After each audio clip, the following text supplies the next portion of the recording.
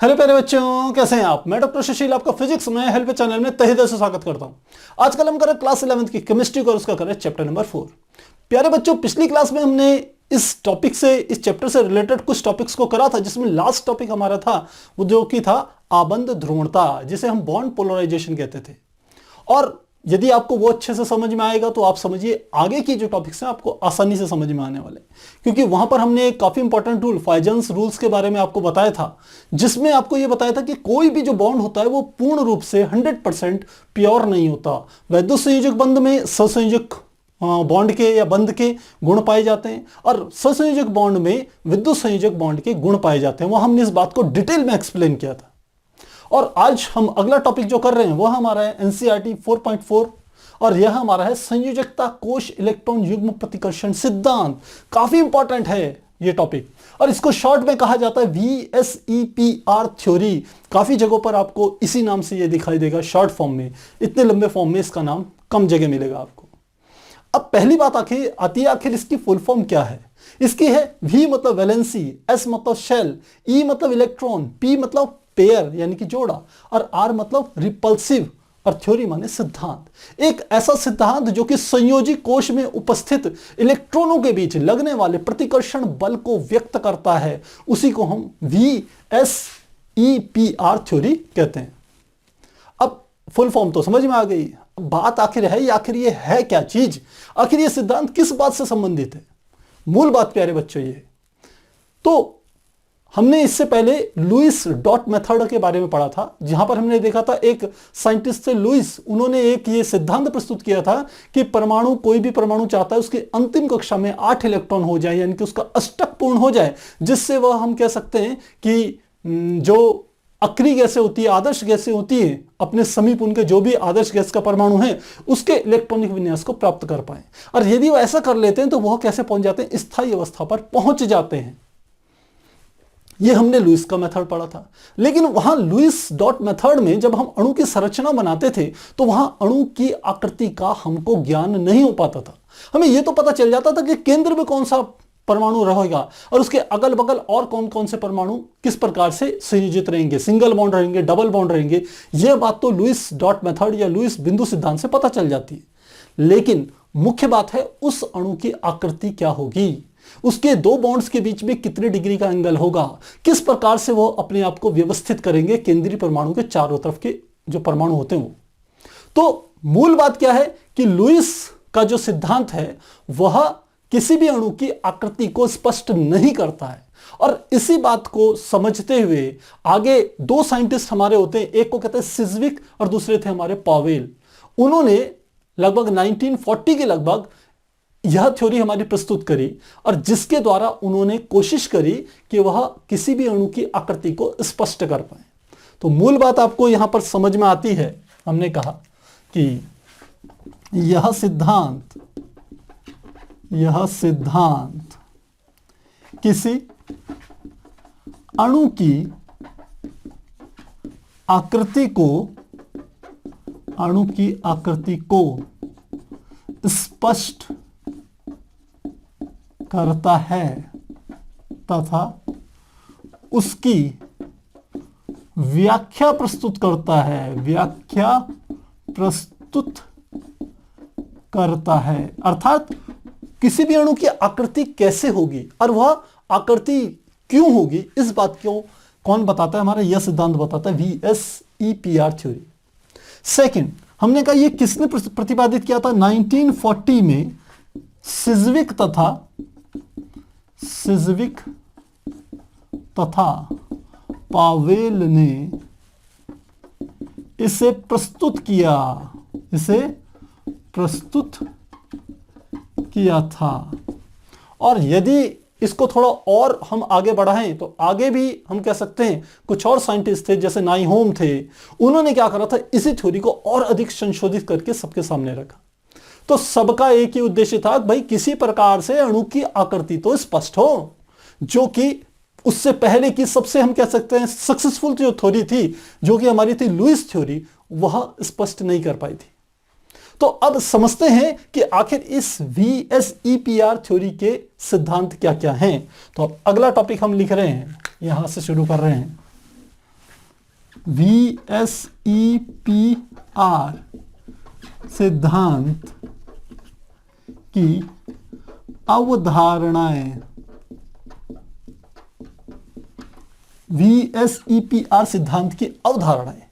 प्यारे बच्चों, अवधारणाएं क्या होती है? अवधारणाएं, जिसको इंग्लिश में हाइपोथेसिस कहते हैं, कुछ हम कह सकते हैं ऐसी बातों को, हम ऐसे नियमों को हम क्या कर लेते हैं, स्वीकार करते हैं, जिसके आधार पर हम तार्किक रूप से किसी चीज को स्पष्ट कर पाए। उन नियमों को आप ये कह सकते हैं कि वो वेरीफाई नहीं है, उनको किसी तरीके से हम कह सकते हैं कि क्या कह सकते हैं उसको, जैसे प्रूफ कहते हैं, प्रूफ नहीं किया जा सकता, लेकिन लॉजिकली वो जिस चीज की व्याख्या करना चाहते हैं हमें वो चीज वैसी मिलती है। तो ऐसे नियमों को हम क्या कहते हैं, अवधारणाएं। तो अब हम क्या कर रहे हैं, VSEPR सिद्धांत या जो हमारा नियम है, इसकी अवधारणाओं को प्रस्तुत कर रहे हैं। पहला सिद्धांत क्या है, आप जानते हैं यह सिद्धांत किस बात से संबंधित है? यह है अणु की आकृति के संबंध में। तो यही इसका पहला सिद्धांत है कि किसी अणु की आकृति, किसी अणु की आकृति उसके समीप स्थित या आकृति उसके केंद्र में लिख लेते हैं पहले, उसके केंद्र में स्थित परमाणु के संयोजी कोश में, ध्यान रखिएगा यहां संयोजी कोश की बात हो रही है, संयोजी कोश में उपस्थित इलेक्ट्रॉन युग्मों। इलेक्ट्रॉन युग्म दो प्रकार के हो सकते हैं प्यारे बच्चों, एक को कहते हैं हम संयोजित तथा असंयोजित। तो हमने क्या कहा, इलेक्ट्रॉन युग्मों जो कि संयोजित तथा असंयोजित की संख्या पर निर्भर करता है, की संख्या पर निर्भर करता है। तो अब इसको समझते हैं। कहते हैं किसी भी अणु की जो आकृति होती है, और एग्जाम्पल हम यहां पर ले लेते हैं BeCl2 का, जिसे आप जानते हैं इसे कहते हैं बेरिलियम क्लोराइड। इसका एक एग्जाम्पल ले रहे हैं। तो जब इसका स्ट्रक्चर बनाया जाएगा तो कैसे बनाया जाएगा, आप ये देखिए कि बेरिलियम का जो हम कह सकते हैं परमाणु संख्या होती है वो होती है 4, इलेक्ट्रॉनिक विन्यास होगा 2,2, यानी कि संयोजी कोश में कितने इलेक्ट्रॉन होंगे इसके, 2 होंगे। क्लोरीन का आप जानते हैं जो परमाणु क्रमांक होता है वो होता है 17 और इलेक्ट्रॉनिक विन्यास 2, 8, 7। तो इसका संयोजी कोश में 7 इलेक्ट्रॉन होते हैं, जिसको ये 8 पूरा करना चाहता है। तो इसका स्ट्रक्चर कैसे बनता है, इसका स्ट्रक्चर इस प्रकार से बनता है, Be बीच में आ जाता है परमाणु, उसके एक तरफ क्लोरीन का परमाणु, दूसरी तरफ भी क्लोरीन का परमाणु, और इसके साथ ही क्या कर देता है, एक सिंगल बॉन्ड बना लेता है। तो इस प्रकार की जो संरचना है, यानी कि BeCl2 जो हमारे पास अणु है, उसकी जो आकृति है वो एक रेखीय आकृति है। यानी कि हम कह सकते हैं इन दोनों जो हमारे बॉन्ड बन रहे हैं, जो बंध बन रहे हैं, इनके बीच में जो एंगल है वो 180 डिग्री का होता है। अब ये ऐसा क्यों होता है, इसको हम आगे की जो हमारे हाइपोथेसिस है उसमें समझेंगे। पर यहां पर एक बात ध्यान रखने की है कि जब हमने कहा था इलेक्ट्रॉन युग्मों संयोजित तथा असंयोजित, तो संयोजित का अर्थ है कि ऐसे इलेक्ट्रॉन जो किसी दूसरे परमाणु से ससंयोजक बंध का निर्माण करके जुड़े हुए हैं। तो यहां पर आप देख रहे होंगे बेरिलियम के अंतिम कक्षा संयोजी कोश में 2 इलेक्ट्रॉन थे, एक इस क्लोराइड आयन से जुड़ा हुआ है, एक इस क्लोराइड से जुड़ा हुआ है, एक इस क्लोरीन के परमाणु से जुड़ा हुआ है, एक इससे जुड़ा हुआ है। तो अब इस पर कोई ऐसा इलेक्ट्रॉन युग्म नहीं है जो कि संयोजित न हो, जो कि हम कह सकते हैं ऐसा हो कि जो ससंयोजक बंध का निर्माण न कर रहा हो। तो इसलिए जब यहां पर शब्द आता है संयोजित तथा असंयोजित इलेक्ट्रॉन युग्म, तो इस Be के जो दोनों इलेक्ट्रॉन है, जो युग्म है, वो कैसा है, हम कह सकते हैं संयोजित है। किसके साथ, क्लोरीन के साथ जुड़ा हुआ है। तो अब बात आती है ये दूसरा शब्द असंयोजित का क्या अर्थ होता है, तो इसको भी समझ लेते हैं। इसको समझने के लिए हम एक एग्जाम्पल ले रहे हैं, मान लो यहीं पर दूसरा एग्जाम्पल ले लेते हैं। ये हमारा क्या है, संयोजित। दूसरा हम एग्जाम्पल ले रहे हैं जिसे हम कहते हैं अमोनिया का एग्जाम्पल। सेकेंड एग्जाम्पल हम यहां पर ले आ रहे हैं, ये हमारा है अमोनिया NH3। अब आप जानते हैं नाइट्रोजन की बात करें, नाइट्रोजन का परमाणु क्रमांक Z कितना होता है, Z बराबर होता है 7। इसका इलेक्ट्रॉनिक विन्यास होगा 2,5। दूसरा हाइड्रोजन की बात करें, इलेक्ट्रॉनिक विन्यास यानी कि Z का मान कितना होगा 1, इलेक्ट्रॉनिक विन्यास 1 ही होगा। तो इसके हम कह सकते हैं संयोजी कोश में नाइट्रोजन के 5 इलेक्ट्रॉन होंगे, जबकि हाइड्रोजन का केवल 1 होगा। तो इसका इलेक्ट्रॉनिक विन्यास यदि बनाए तो नाइट्रोजन इधर बना लेते हैं ऐसे करके, ये हमने कहा ये नाइट्रोजन का था।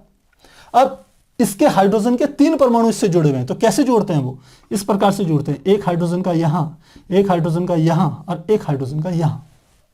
और ये तीनों के तीनों क्या कर रहे हैं, एक एक सिंगल बॉन्ड से ससंयोजक बंधों का निर्माण कर रहे हैं। ये संरचना कैसी होती है ये मैं आपको पिछली क्लासेस में डिटेल में समझा चुका हूं। अब यहां पर आपने ये समझना है कि नाइट्रोजन के टोटल 5 इलेक्ट्रॉन थे संयोजी कोश में, जिसमें से 3 इलेक्ट्रॉनों ने जो एक एक हाइड्रोजन परमाणु था उसके साथ एक एक सहसंयोजक बंध बनाया। तो नाइट्रोजन के 3 इलेक्ट्रॉनों का तो यहां पर उपयोग हो गया। कितने इलेक्ट्रॉन बचे, 2 इलेक्ट्रॉन बचे, यानी कि इलेक्ट्रॉनों का बच गया एक जोड़ा, और यह किसी के साथ जुड़ा हुआ नहीं है। तो ये यहां पर इसको इस प्रकार से हम निरूपित कर देते हैं, और यहां पर हम अपने 2 इलेक्ट्रॉनों को दर्शा देते हैं, और इसे कहते हैं एकांकी इलेक्ट्रॉन युग्म, एकांकी इलेक्ट्रॉन युग्म। और यह ध्यान रखना कि यह जो हमारा होता है, ये वाला जो एग्जाम्पल है, ये हमारा है असंयोजित का, क्योंकि ये जो दोनों के दोनों इलेक्ट्रॉन हैं ये किसी के साथ संयोजित नहीं है, किसी से सहसंयोजक बंध का निर्माण नहीं कर रहे हैं। इसलिए इस नियम के ब्रैकेट में जो संयोजित तथा असंयोजित वर्ड आ रहा है तो वो आपको पता होना चाहिए उसका अर्थ क्या होता है। संयोजित मतलब जो सहसंयोजक बंध का निर्माण कर रहे हो वे इलेक्ट्रॉन्स, असंयोजित मतलब वो कि जो सहसंयोजक बंध का निर्माण नहीं कर रहे हैं। तो यहां पर ये दोनों नहीं कर रहे हैं जबकि ये 3 कर रहे हैं। तो मुझे लगता है ये बात आपको समझ में आ गई होगी। तो पहली तो हाइपोथेसिस जो अवधारणा थी वो ये थी। अब दूसरी हाइपोथेसिस को देखें। दूसरी हाइपोथेसिस ये बताती है कि किसी भी संयोजी कोश में जो इलेक्ट्रॉन्स होते हैं उनके बीच में एक प्रतिकर्षण बल कार्य करता है। और प्रतिकर्षण बल इसलिए भी ज्यादा हो जाता है क्योंकि जो परमाणु का स्ट्रक्चर होता है उसके बाहर हम कह सकते हैं कि इलेक्ट्रॉन का क्लाउड होता है। इलेक्ट्रॉन के क्लाउड मतलब आप जानते हैं कोई भी हमारा जो मेटल्स होते हैं वे सारे के सारे क्या करते हैं, अपने भीतर से इलेक्ट्रॉनों को बाहर निकाल देते हैं, जिससे बीच में धन आयन बच जाता है और उसके चारों तरफ क्या हो जाता है, एक क्लाउड इकट्ठा हो जाता है इलेक्ट्रॉनों का बादल से इकट्ठा हो जाता है। तो संयोजी कोश में जो इलेक्ट्रॉन्स होते हैं उन इलेक्ट्रॉनों के बीच में भी क्या लगता है, प्रतिकर्षण बल कार्य करता है। तो पहले तो ये लिख लेते हैं, हमने कहा संयोजी कोश में स्थित इलेक्ट्रॉनों के मध्य प्रतिकर्षण बल कार्य करता है। तो अब आप कह रहे होंगे सर इसमें कौन सा बड़ी बात है, इलेक्ट्रॉन पे तो समान आवेश होता है, ऋण आवेश, तो इनमें तो प्रतिकर्षण बल कार्य करेगा ही। बात बिल्कुल सही है प्यारे बच्चों, लेकिन इसी प्रतिकर्षण बल को जब हम डिटेल में समझते हैं तभी हमें अणु की आकृति का सही सही ज्ञान होता है। अब अगली हाइपोथेसिस हमारी इसी बात को बताती है, जो तीसरी है वह हमारी इस बात को बताती है कि 2 इलेक्ट्रॉनों के बीच में जब प्रतिकर्षण बल कार्य करता है तो वो इलेक्ट्रॉन संयोजी कोश में, ध्यान रखना ये संयोजी कोश की बात हो रही है, उसके अंदर के कोशों की हम कोई बात नहीं कर रहे हैं, कोई चर्चा नहीं कर रहे हैं किसी भी अवधारणा में। यहां पूरी की पूरी जो बात चल रही है वो चल रही है संयोजी कोश में उपस्थित इलेक्ट्रॉनों की, और वो कौन से, जो हमारे अणु में होगा। तो अणु किसी अणु के केंद्रीय परमाणु कह लीजिए या साइड के परमाणु कह लीजिए, उनके संयोजी कोश में जो इलेक्ट्रॉन होंगे हमने कहा उसमें कैसा बल कार्य करेगा, प्रतिकर्षण बल। अब जब प्रतिकर्षण बल लगेगा तो क्या करेंगे, वो प्रतिकर्षण बल का अर्थ ही होता है जो एक दूसरे को दूर दूर धक्का मारे, तो वो ज्यादा से ज्यादा एक दूसरे से अधिक दूरी बनाने का प्रयत्न करते हैं, और इसी प्रयत्न में वह क्या कर देते हैं, एक त्रिविमीय रचना का निर्माण करते हैं। तो हम क्या लिखते हैं, इलेक्ट्रॉन या इलेक्ट्रॉनों के बीच प्रतिकर्षण बल के कारण यह एक त्रिविमीय संरचना का निर्माण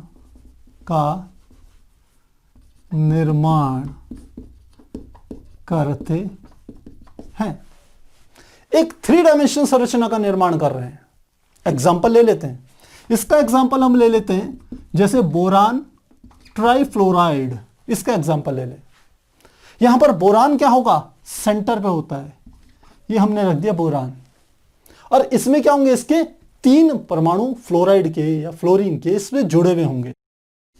एक यहां पर आ जाएगा, एक यहां पर चले जाएगा, एक यहां पर आ जाएगा।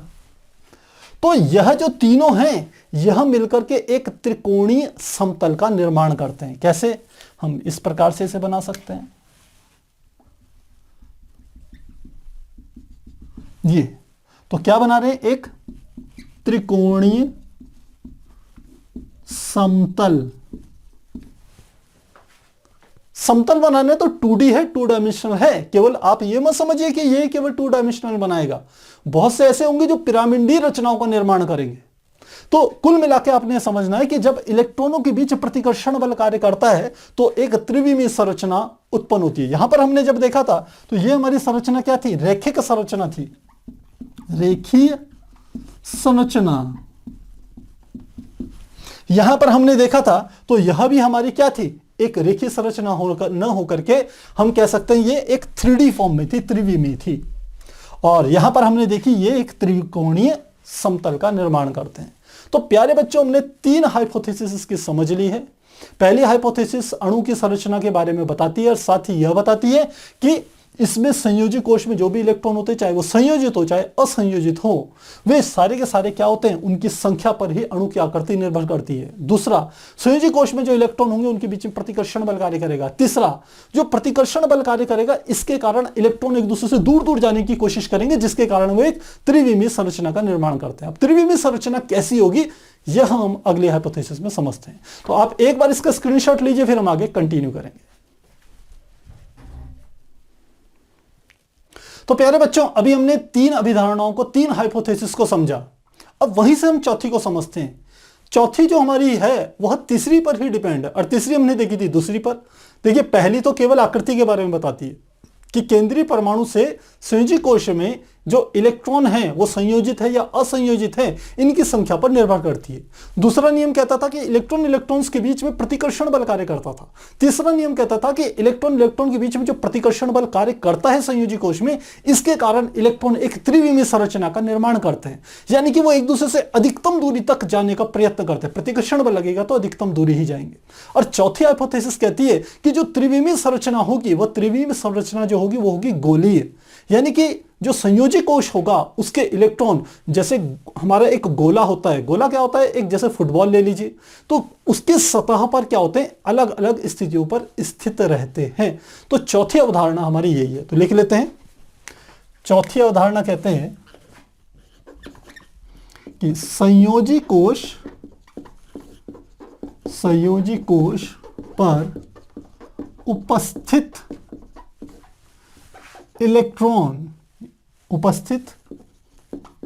इलेक्ट्रॉन युग्म एक गोलीय संरचना की सतह पर स्थित प्रतीत होते हैं, जहां वह इलेक्ट्रॉन युग्म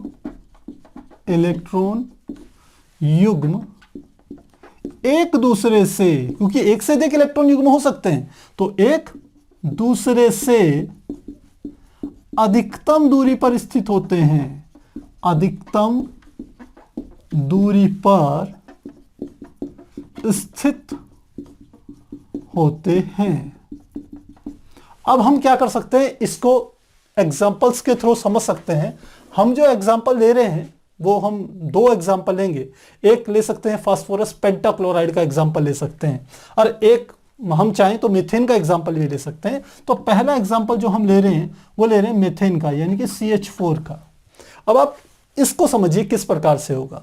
इसमें कार्बन सेंटर में रहेगा, इसके हम कह सकते हैं एक तरफ ये हाइड्रोजन, एक तरफ ये हाइड्रोजन, एक तरफ ये हाइड्रोजन, और एक हाइड्रोजन क्या होता है ऊपर की तरफ स्थित होता है इस प्रकार से। तो ये ऐसी एक संरचना बना लेते हैं, ये एक त्रिविमीय संरचना है। ये क्या है, एक त्रिविमीय संरचना है।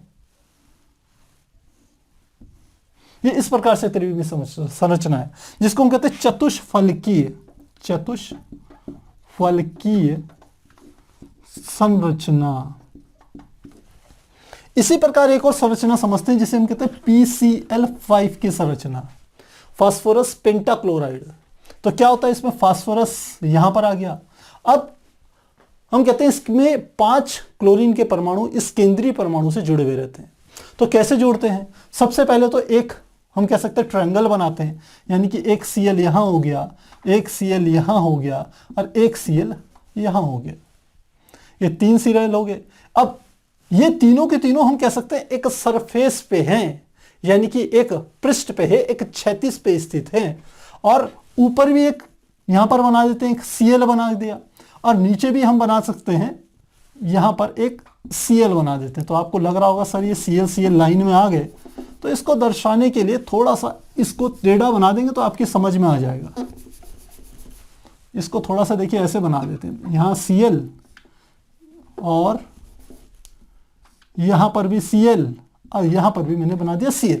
तो जैसे एक क्षैतिज पृष्ठ है, जैसे ये एक पृष्ठ है, इस पर तीनों के तीनों क्लोरीन परमाणु यहां स्थित हैं। यहां पर लिख देते, क्लोरीन परमाणु ऐसे स्थित है। इन तीनों के बीच का जो ये वाला कोण होता है, ये 120 डिग्री होता है। ऐसे ही इसका कोण, ये 120 डिग्री का कोण बनाते हैं आपस में, इनके जो बॉन्ड होते हैं। लेकिन ये ऊपर से भी जुड़े हुए होते हैं, तो हम ऊपर से ऐसे बना सकते हैं इसको।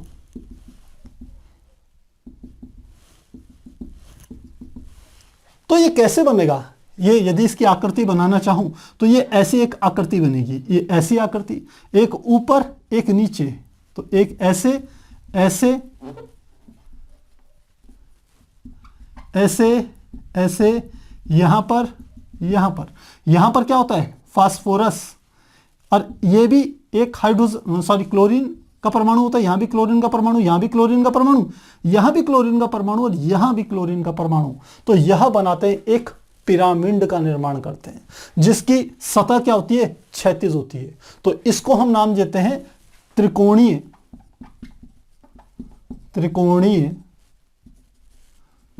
द्विपिरामिडी, त्रिकोणीय द्विपिरामिडी। तो मुझे लग रहा है आपको समझ में आ रही होगी। बिल्कुल कैसे बता रहा हूं मैंने कहा जैसे मेरे हाथ की सतह है, इसकी सतह पर ये तीनों क्लोरीन के परमाणु और फास्फोरस स्थित है। अब एक ऊपर की ओर क्लोरीन स्थित है, एक नीचे स्थित है। तो जैसे बीच में हम एक त्रिभुज लगा दें, एक उसके ऊपर की ओर बिंदुओं से तीनों को मिला दें और एक नीचे मिला दें, तो वही हमारी क्या होती है, त्रिकोणीय द्विपिरामिडीय संरचना कहलाएगी। तो जब हम यहां पर ये कहते हैं कि संयोजी कोश पर जो उपस्थित इलेक्ट्रॉन युग्म होते हैं एक त्रिविमीय संरचना का निर्माण करते हैं। त्रिविमीय संरचना भी कुछ इस प्रकार की होती है कि वो एक गोले की सतह पर इलेक्ट्रॉन एक दूसरे से दूर दूर चले जाते हैं, तब संरचना बनाते हैं। तो वही ये वाली संरचना है। अब आपको लग रहा होगा सर गोला कहां है, लेकिन ये हाइपोथेटिकल है प्यारे बच्चों। यहां पर गोले की बात करें तो ये इस प्रकार से गोला है, ये इस प्रकार से स्थित है। अब इसमें एक बात आपने और ध्यान रखनी है कि ये वाला जो एंगल है, ये एंगल 90 डिग्री का है, जबकि ये वाला एंगल, इनके बीच का जो एंगल है वो कितना है, 120 डिग्री का कोण है। तो मुझे लग रहा है ये बात समझ में आपको आ गई होगी। तो हमारे कितने नियम हो गए, 4 नियम हो गए। अब 5वां नियम देखते हैं। 5वां है बहु आबंध को एक एकल इलेक्ट्रॉन युग्म के रूप में तथा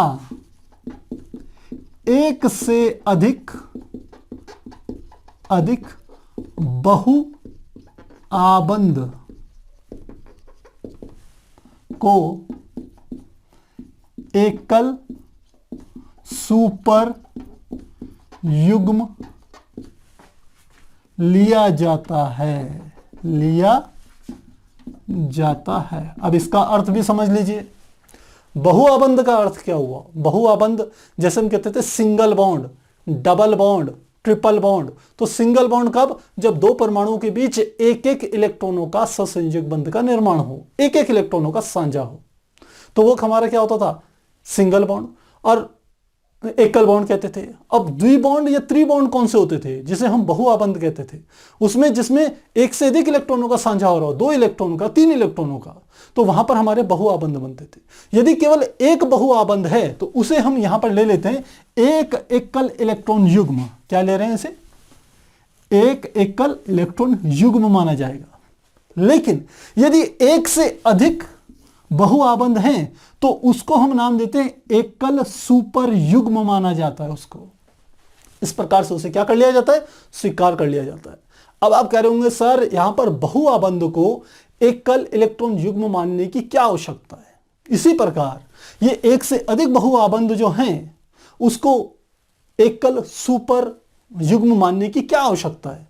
तो प्यारे बच्चों इसको आप अभी देखेंगे, क्योंकि यहां पूरी की पूरी ये जो थ्योरी है यह है इलेक्ट्रॉनों संयोजी कोश में उपस्थित इलेक्ट्रॉन युग्मों के बीच प्रतिकर्षण बल पर। और प्रतिकर्षण बल हम देखते हैं एकांकी इलेक्ट्रॉन युग्म जो किसी से संयोजित नहीं होते, किसी के साथ ससंयोजक बंध का निर्माण नहीं करते, उनके बीच में लगने वाला प्रतिकर्षण बल सबसे ज्यादा होता है। दूसरे नंबर पर आता है एक एकांकी इलेक्ट्रॉन युग्म तथा कोई हमारा आबंधी इलेक्ट्रॉन युग्म है, उनके बीच में लगने वाला प्रतिकर्षण बल। और सबसे कमजोर प्रतिकर्षण बल जो होता है वो होता है बॉन्ड पेयर्स के रूप में, यानी कि सहसंयोजक बंध के कारण जो एक इलेक्ट्रॉन युग्म बनता है, ऐसे यदि 2 इलेक्ट्रॉन युग्म लें उनके बीच में जो प्रतिकर्षण बल होगा वो सबसे कमजोर होगा। इसीलिए यहां पर क्या की गई है? तुलना की गई है कि बहुआबंध को एक इलेक्ट्रॉन युग्म से तथा एक से अधिक बहुआबंध को एकल सुपर युग्म लिया जाएगा। तो सुपर युग्म होगा और 2 सुपर युग्म होंगे तो उनके बीच में प्रतिकर्षण बल भी ज्यादा शक्तिशाली होगा। यहां यह बात कहने का प्रयास किया गया है। तो 5वां मेरे ख्याल से यह हो गया। 6वां हम लेते हैं 6। 6वां हमें यह बताता है कि हमने पीछे पढ़ा था अनुनादी संरचनाएं। अनुनादी संरचनाओं का अर्थ होता है कि लुईस डॉट मेथड के अकॉर्डिंग जब हम किसी अणु की संरचना का निर्माण करते हैं तो जितनी भी संभावित संरचनाएं होती हैं जिनमें उसकी ऊर्जा क्या हो, न्यूनतम हो, उन सभी संरचनाओं को हम कहते थे अनुनादी संरचनाएं। क्योंकि बहुत बार हम देखते थे कि जो बॉन्ड लेंथ होती है वो एकल बॉन्ड और सिंगल बॉन्ड की जो भी हम ले रहे हैं लुईस डॉट मेथड के अकॉर्डिंग जो अणु संरचना बना रहे हैं उसमें जो बॉन्ड लेंथ होती है वह प्रायोगिक रूप से प्राप्त उस अणु में जो बॉन्ड लेंथ होती है उसके बराबर नहीं होती। वहां हमने आपको एग्जांपल के थ्रू आपको बताया था। तो उसी को हम क्या कहते थे? वहां पर अनुनादी संरचनाएं कहते थे। तो आपको यह ध्यान देना है कि जितनी भी अनुनादी संरचनाएं होंगी किसी अणु की जिसके द्वारा उस अणु को प्रदर्शित किया जाएगा, उन सभी में ये जो हमारी सिद्धांत है इस सिद्धांत को भली भांति आपने उपयोग में लाना है। तो क्या कहेंगे? हम कहेंगे कि किसी अणु की को 2 या 2 से अधिक संरचनाओं द्वारा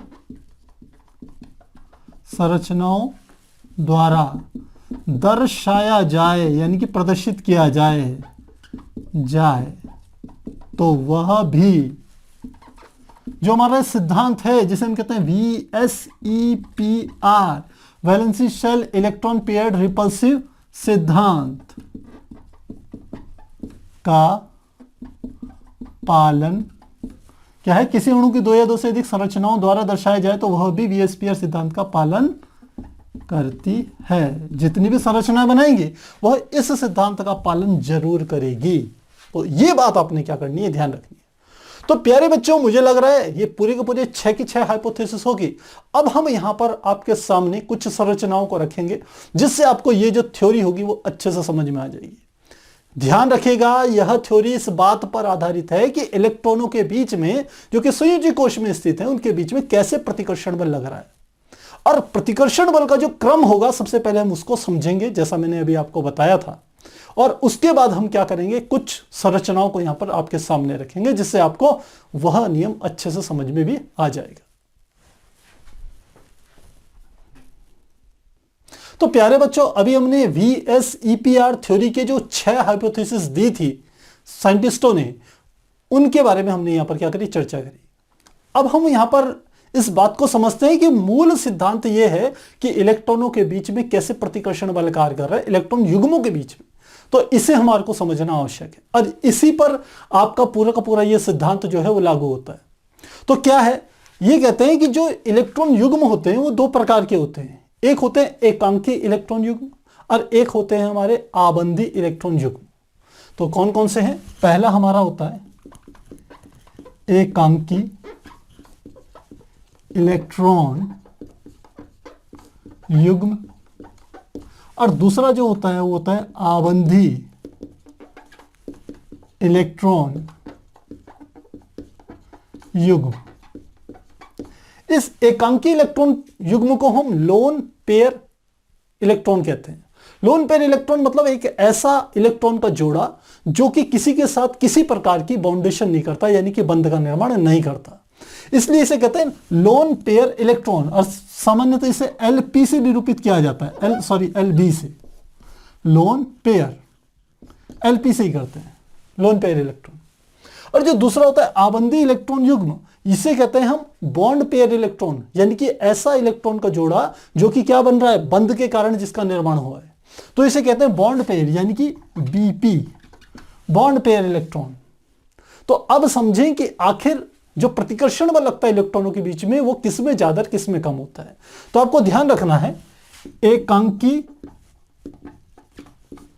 इलेक्ट्रॉन युग्म, एकांकी इलेक्ट्रॉन युग्म तथा एकांकी इलेक्ट्रॉन युग्म, एकांकी इलेक्ट्रॉन युग्म, इसके बीच में जो प्रतिकर्षण बल होगा वो सबसे ज्यादा होगा। ध्यान रखना, इसके बीच में क्या है, प्रतिकर्षण कर्षण सबसे ज्यादा, सबसे ज्यादा, पहला नंबर यह है। दूसरा नंबर आता है एकांकी इलेक्ट्रॉन युग्म, इलेक्ट्रॉन युग्म तथा दूसरा हम ले लेते हैं आबंधी इलेक्ट्रॉन युग्म। इसके बीच में जो प्रतिकर्षण बल होगा इससे कम होगा, यानी कि ये मध्यम होता है, मध्यम, यानी कि जो प्रतिकर्षण बल होगा बीच बीच का होगा, ना बहुत ज्यादा शक्तिशाली होगा ना बहुत ज्यादा कम होगा। और तीसरा जो हमारा होता है, जो कि हमारा लगता है आबंधी इलेक्ट्रॉन युग्म तथा आबंधी इलेक्ट्रॉन युग्म, इलेक्ट्रॉन युग्म, इसके बीच में जो लगेगा प्रतिकर्षण बल, ध्यान रखिए हम किसकी बात कर रहे हैं, प्रतिकर्षण बल की बात कर रहे हैं, इसमें सबसे कम लगेगा, सबसे कम। तो यदि संकेतों के रूप में करें तो लोन पेयर इलेक्ट्रॉन और लोन पेयर इलेक्ट्रॉन के बीच में जो प्रतिकर्षण बल होगा वो सबसे ज्यादा होगा। लोन पेयर और बॉन्ड पेयर यानी कि आबंधी युग्म, इसके बीच में प्रतिकर्षण बल इससे कम होगा। और जो सबसे कम होगा वो बॉन्ड पेयर इलेक्ट्रॉन, जो है बॉन्ड पेयर इलेक्ट्रॉन तथा बॉन्ड पेयर इलेक्ट्रॉन के बीच में जो लगेगा उसमें प्रतिकर्षण बल सबसे कम होगा। तो अब साथ ही हम यहां पर कुछ अणुओं की संरचनाओं का भी समझ लेते हैं। सबसे पहले यहां पर हम ले रहे हैं, क्योंकि कुछ संरचनाएं जो किताब में आपकी दी हुई है वह मैंने आपको जो जितनी अवधारणाएं थी उन अवधारणाओं के बीच बीच में आपको समझा दी। जो कुछ है वो एक पहले हम ले रहे हैं अष्टफलकीय, अष्टफलकीय संरचना।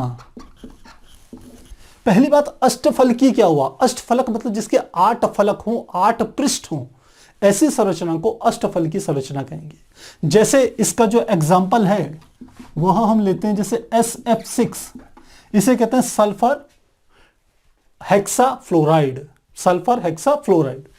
अब ये होता कैसे है इसको भी देखिए। हमने कहा इसमें फ्लोरीन के एस तो क्या होता है, केंद्र में होता है, ये हमने एस बना दिया। अब इसके 4 कॉर्नर पे 4 फ्लोरीन के होते हैं, तो एक यहां पर आ गया एफ, एक यहां पर हो गया एफ, एक यहां पर हो गया एफ, एक यहां पर हो गया एफ। तो ये किस प्रकार से जुड़े हुए, इस प्रकार से जुड़े हुए हैं। मुझे लगता है समझ में आ गई होगी बात। और इनके बीच में भी हम कह सकते हैं, इस प्रकार से हम बना सकते हैं इनको। अब इनमें से किन्हीं भी दो के बीच में यह जो कोण है ये 90 डिग्री का कोण होता है। अब ये भी ध्यान रखना। तो सल्फर केंद्रीय स्थिति पे होता है और उसके चारों तरफ हमने कहा 4 फ्लोरीन के इस प्रकार से हमने बना दिए। अब एक जो हमारा होता है फ्लोरीन का परमाणु वो ऊपर की ओर होता है एफ, और एक हमारा कहां होता है, नीचे की तरफ होता है। तो किस प्रकार से बनाएंगे, एक यहां पर, एक यहां पर, एक यहां पर, इस प्रकार से एक यहां पर, ये बन गया एक सेंटर से। तो ये बॉन्ड बनाएगा, ये सिंगल बॉन्ड बनाएगा इसके साथ। ऐसे ये वाला भी बना देगा सिंगल बॉन्ड, ऐसे बना दिया इसके साथ, यहां पर लिख लेते हैं एफ, ऐसे बना दिया। और साथ में ये भी बनाएंगे, ये इसको हम ऐसे बना सकते हैं, इस प्रकार से, इस प्रकार से, इस प्रकार से, ये प्रकार से। तो यह जो संरचना है यह हमारी संरचना है अष्टफल की। कैसे, आप ये समझिए जैसे जमीन पे हमने एक चाकोर सा एक चबूतरा बना दिया, जैसे हमारे कमरे की फर्श होता है। अब कमरे की फर्श के बिल्कुल टॉप में जहां आपका पंखा लगाओ, वहां पर जहां खूंटी है उस खूंटी को लीजिए और इन चारों से हमने कहा एक एक तार आपने बांध दिए। तो एक संरचना ऐसी ऊपर होगी और ऐसी एक यदि नीचे की तरफ बना ली जाए तो यह जो संरचना होती है इसी को हम कहते हैं अष्टफल की संरचना। इसमें 8 फलक होते हैं प्यारे बच्चों, टोटल ध्यान रखना, इसमें 8 फलक होंगे। कैसे कैसे, एक ये वाला फलक मैं आपको यहां डॉट डॉट करके दिखा देता हूं, एक फलक ये वाला है, एक ऐसा ही फलक इधर की ओर है, 2 फलक। तो 2 तो ये हो गए, एक पीछे के हो गया 3, एक ये आगे का ये वाला त्रिभुज वाला हो गया 4, और जैसे ये 4 ऊपर हैं वैसे 4 क्या होंगे, नीचे होंगे। आप आराम से कमरे पे बैठे होंगे, जिस भी चाकोर कमरा है, तो आप ये सोचिए कि कमरे पे जहां पंखा लगा हुआ है उस खूंटी पे आप एक बिंदु की कल्पना कीजिए। अब एक जो आपका हम कह सकते हैं कमरे की एक किनारी है, वहां से यदि कोई एक पृष्ठ ले जाएं, निश्चित रूप से जो भी कपड़ा होगा वो तिकोना जाएगा। तो एक वो पृष्ठ हो गया, तो एक सिरे से वो पृष्ठ, दूसरी दीवार से दूसरा पृष्ठ, तीसरी से तीसरा, चौथे से चौथा। तो ऊपर की ओर 4 ऐसी, नीचे की ओर 4, इसलिए इसे कहते हैं अष्टफल की संरचना। इसकी खास बात क्या होती है कि जो सेंटर में जो परमाणु है इस अष्टफल की संरचना के, जो हम SF6 की बात कर रहे हैं, सल्फर हेक्सा फ्लोराइड की बात, इसमें कोई भी एकांकी इलेक्ट्रॉन युग्म नहीं होता, जिसकी हम यहां पर चर्चा कर रहे थे, एकांकी इलेक्ट्रॉन युग्म, जो कि किसी प्रकार का सहसंयोजक बंध का निर्माण न करें, ऐसा कोई इलेक्ट्रॉन युग्म सल्फर के साथ उपस्थित नहीं है। अब दूसरी हम चर्चा करें, एक दूसरा एग्जांपल लेते हैं जिसे हम कहते हैं चतुष्फलकीय, चतुष्फलकीय संरचना की बात करें। और इसमें मुख्य रूप से हम ले रहे हैं, इसका एग्जांपल जो ले रहे हैं वो ले रहे हैं जल, यानी कि H2O का एग्जांपल। अब आपने देखा होगा जो H2O हमारा जो होता है, जल होता है, उसमें ऑक्सीजन एक होता है, एक तरफ क्या होता है हाइड्रोजन, दूसरी तरफ भी क्या होता है हाइड्रोजन, इस प्रकार से होते हैं। अब आप ये देखिए कि ऑक्सीजन का परमाणु क्रमांक कितना होता है 8, इलेक्ट्रॉनिक विन्यास होता है 2,6, यानी कि अंतिम कक्षा में 6 इलेक्ट्रॉन होते हैं, ध्यान रखिएगा। यहां पर देखें तो ये हमारा यहां पर हो गया दूसरा हाइड्रोजन, हाइड्रोजन का इलेक्ट्रॉनिक विन्यास परमाणु क्रमांक 1, इलेक्ट्रॉनिक विन्यास भी 1 होगा। तो अब यहां देखने वाली बात यह है कि हाइड्रोजन के तो एक संयोजक कोश में 1 इलेक्ट्रॉन है और ऑक्सीजन के कितने हैं 6। तो 6 में से क्या होगा, हाइड्रोजन ने अपना, इस वाले हाइड्रोजन ने 1 इलेक्ट्रॉन यहां रख दिया और इस वाले ने भी 1 इलेक्ट्रॉन यहां रख दिया, ऑक्सीजन ने भी 1 इलेक्ट्रॉन यहां रखा, 1 इलेक्ट्रॉन यहां रखा, तो एक एक सहसंयोजक बंध का उन्होंने निर्माण कर लिया। अब ऑक्सीजन के ये 2 इलेक्ट्रॉन तो यहां आ गए, कितने बच गए 4, तो 4 कहां होंगे, एक तो यानी कि 4 इलेक्ट्रॉन हैं तो वो 2-2 के 2 जोड़े बनाएंगे, और एक जोड़ा हम कह सकते हैं इधर की ओर आ गया, जिसको इस प्रकार से आप निरूपित कर सकते हो, और एक जोड़ा हमारा इस प्रकार से आ गया, जिसको इस प्रकार से हम निरूपित कर सकते हैं। तो ये हमारा लोन पेयर इलेक्ट्रॉन है, ये लोन पेयर इलेक्ट्रॉन है, और यह हमारे क्या है, एकल बॉन्ड है, सिंगल बॉन्ड है। तो इस प्रकार से हम चतुष्फलकी यहां पर क्या बनती है, एक संरचना का निर्माण होता है।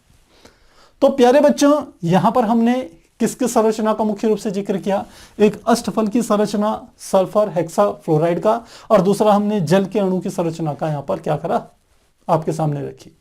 ये इसमें दो हमारे पास एकांकी इलेक्ट्रॉन युग्म मिल रहे हैं। आप समझ सकते हैं इनके बीच में जो प्रतिकर्षण होगा वो सबसे ज्यादा होगा। इन दोनों के बीच में जो प्रतिकर्षण होगा वह थोड़ा इस वाले से कम होगा, यानी कि ये वाला होगा।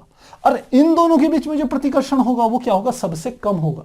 तो ये दोनों एक दूसरे के आप कह सकते हो समीप आएंगे। आप चाहो तो थोड़ा पास पास बना लो, इसको यहां पर बना लेते हैं। ये हाइड्रोजन, ये एकल बॉन्ड सिंगल बॉन्ड बन गए दोनों के।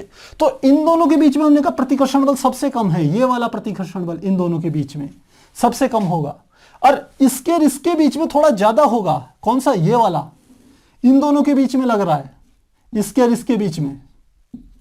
और ये वाला जो है लोन पेयर इलेक्ट्रॉन वाला, ये वाला जो है इन दोनों के बीच में, ये प्रतिकर्षण बल का मान सबसे ज्यादा है। तो ये एक दूसरे से मैक्सिमम डिस्टेंस पर जाने की कोशिश करेंगे। यह दोनों एक दूसरे से फिर भी इन दोनों की अपेक्षा थोड़ी कम डिस्टेंस पे रहेंगे, और यह दोनों फिर भी हम कहेंगे सबसे कम डिस्टेंस पे रहेंगे, लेकिन रहेंगे 3 डायमेंशनल फॉर्म में, यानी कि एक त्रिविमीय रचना का हम कह सकते हैं निर्माण करेंगे। तो मुझे लगता है इन आकृतियों से आपको काफी थोड़ा सा आइडिया हो गया होगा कि किस प्रकार से प्रतिकर्षण बल कार्य करता है। और ये जो हमारी थ्योरी थी, यह थ्योरी एक प्रकार से हम कह सकते हैं हाइपोथेसिस पे, अभिधारणाओं पे आधारित थी। और जो हमें प्रैक्टिकली जो अणु सूत्र मिलते हैं, अणु संरचनाएं मिलती हैं, वह इस नियम के द्वारा प्रस्तुत अणु संरचना से मैच भी करती है। लेकिन यह थ्योरी कंप्लीटली इस बात को एक्सप्लेन नहीं कर पाई कि आखिर ऐसा होता क्यों है। और इसी कारण से वैज्ञानिकों ने फिर इसके बाद भी क्या करी, नई रिसर्च अपनी जारी रखी कि किस प्रकार से अणु सूत्रों का निर्माण होता है, अणु संरचनाएं बनती हैं। तो प्यारे बच्चों, आज हमने मुख्य रूप से जो हमारी थ्योरी थी ये वाली, वो VSEPR थ्योरी, यानी कि valency shell electron pair repulsive theory, इसके ऊपर बेस्ड थी। मुझे लगता है आसान थी, समझ में आ गई होगी। मूल सिद्धांत है कि संयोजी कोश में उपस्थित इलेक्ट्रॉनों के बीच में जो प्रतिकर्षण बल लग रहा है, उसी आधार पर आपने अणु की संरचना का निर्माण करना है। और लास्ट में उसने ये भी बता दिया कि किन किन के बीच में प्रतिकर्षण बल सबसे ज्यादा है, किन के बीच में बीच बीच का है, और किन के बीच में प्रतिकर्षण बल सबसे कम लगता है। जिनके बीच में कम लगेगा वो एक दूसरे से कम दूरी पर होंगे, जिनमें सबसे ज्यादा होगा वो एक दूसरे से ज्यादा दूरी पर आएंगे वे परमाणु, और जिनके बीच में बीच बीच का होगा वो फिर भी बीच में रहेंगे। तो इस प्रकार से हम इसे समझ सकते हैं। तो मुझे लगता है आपको ये अच्छे से समझ में आ गया होगा। यदि कहीं भी आपके कोई डाउट्स हो तो कमेंट बॉक्स में जरूर लिखिएगा। तो फिर मिलते हैं अगले क्लास में, तब तक के लिए गुड बाय।